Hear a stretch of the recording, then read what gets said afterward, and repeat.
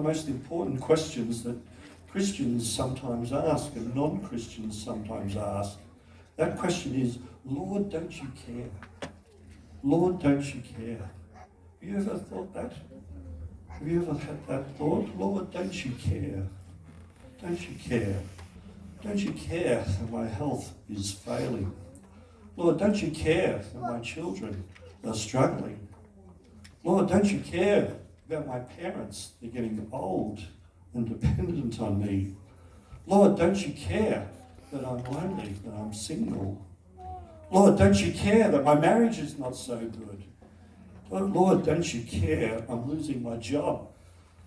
Lord, don't you care the cost of living is going up and up, but my salary is not going up and up? Lord, don't you care? Lord, don't you care? It's a pretty brave question, wasn't it? To ask of Jesus, Lord, don't you care?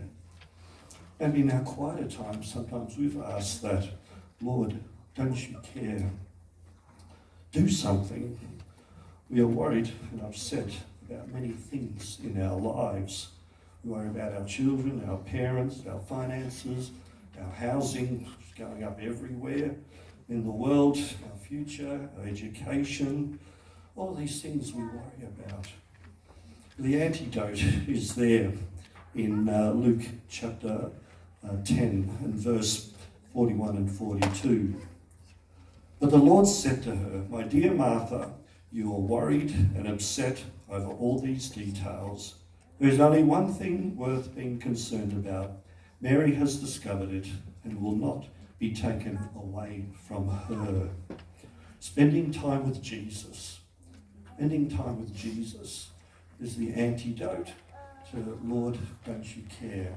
Sometimes our circumstances don't change, but still we trust in God. We still make time. We still spend time with Jesus in Bible study, in prayer, and just having the realization that he is with us during those times. Lord, don't you care? Spending time with Jesus is what Jesus himself said about Mary. Now, of course, we're always grateful for Marthas. Church pastors, we love Marthas, believe me. They do everything in the church. It's great. But we also need a bit of Mary in us as well, don't we? We need the Mary in us as well, or else we'll get overwhelmed with all of those things that we worry about.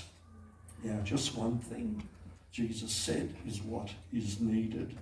So spending time with Jesus and being with him in his presence every day. Okay, Ecclesiastes 3, 1 to 8. Ecclesiastes chapter 3, verses 1 to 8. Okay, next lesson learned.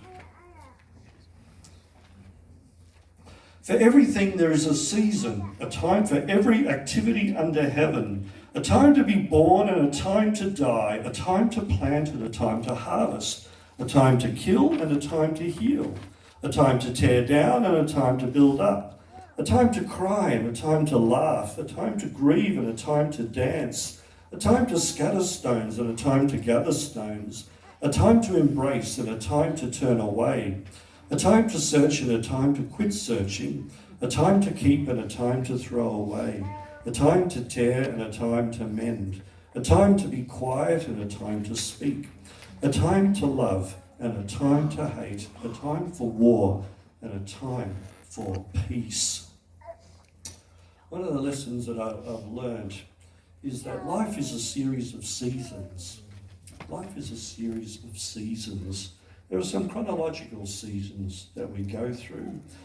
Birth, toddler, primary school, middle school, high school, university, work, singleness, marriage, children leaving home, emptiness, retiring, old age and death.